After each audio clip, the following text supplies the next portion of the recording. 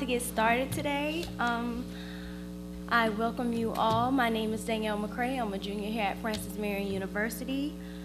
On behalf of the Office of Multicultural Advisory and the Multicultural Advisory Board, I would like to welcome you to FMU's annual Hispanic Heritage Month program. The Office of Multicultural Student Affairs provides leadership in the university's efforts to support students, inform the campus community of the values of multiculturalism, and assist encouraging a campus environment that is conducive to diverse student learning. The purpose of the office is to amplify the academic, social, and cultural development of students, as well as plan and implement programs that facilitate opportunities for self-expression and cultural harmony. Activities including lectures, forums, cultural and social events are open to students, faculty, and staff. The national theme for this year's Hispanic Heritage Month celebration is Keeping the Promise, Unity, Strength, and Leadership. This event, part of this year's Diversity Awareness Series, will highlight the impact Hispanic Americans have made in our society. This annual event will also inform and educate the campus community of the many contributions Latin America and other Spanish-speaking countries have bestowed upon our nation. The Multicultural Advisory Board, made of faculty, staff, and students, has been very instrumental in ensuring the programs such as these are implemented at Francis Marion University. And also, the special notes, remember to have the Multicultural Advisory Board stand up. Could you guys please stand?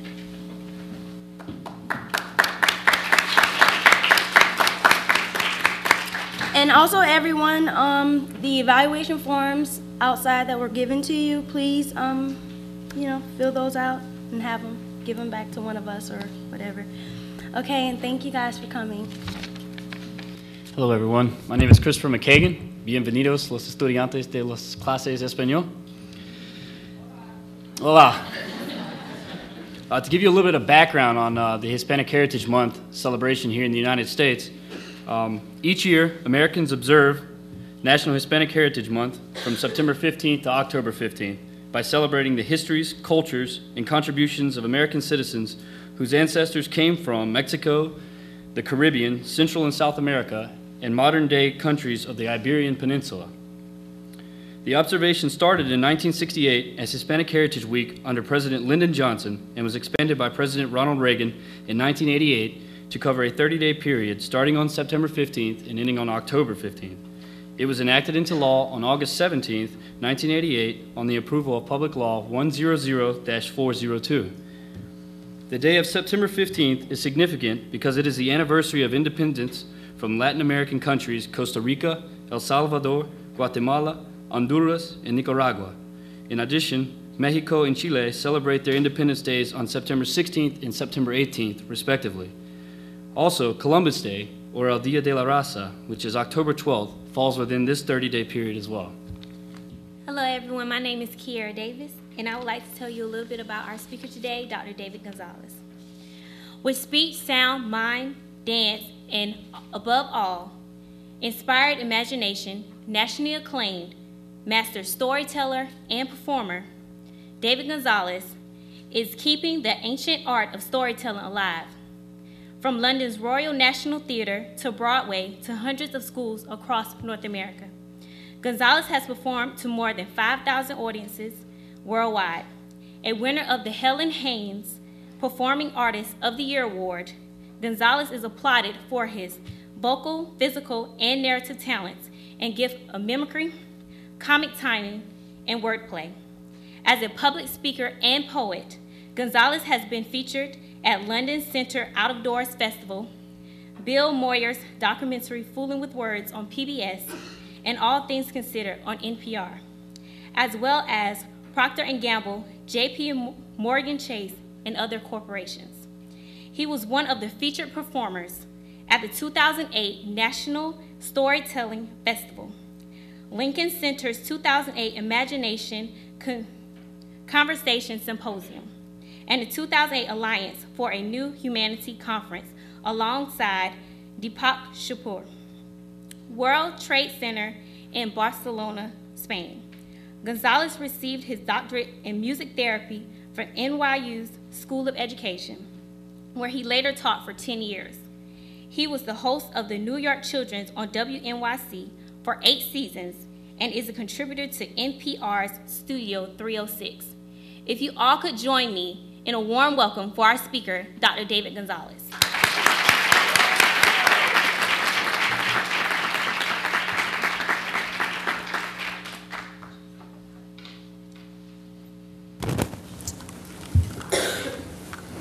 I suppose after such a formal introduction, the only thing I could say is, what's up, yo?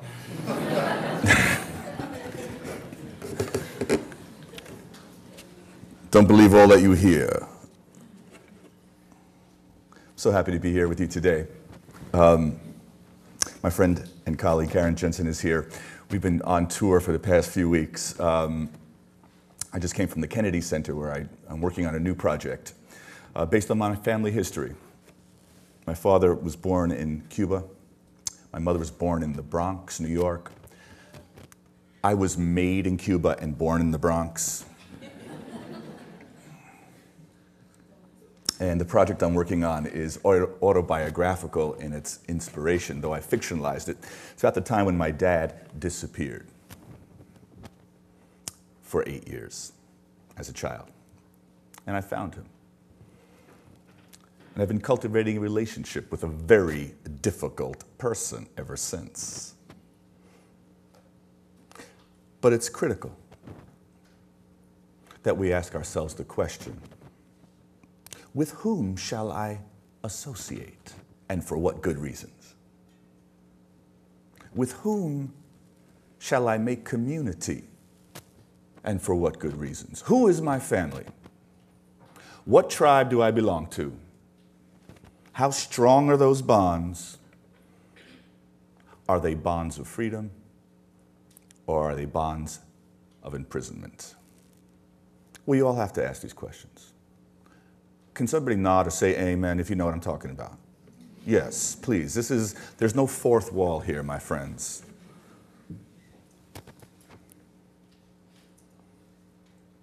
Show of hands. Have you ever had a crush, a feeling for, or fallen madly in love for someone outside your tribe? Different religion, different faith, wrong sex.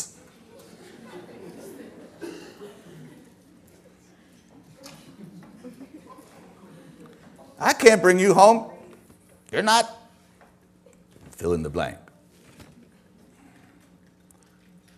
Because love will mess you up. Love will mess you up. Why am I beginning a conversation about Hispanic heritage about this?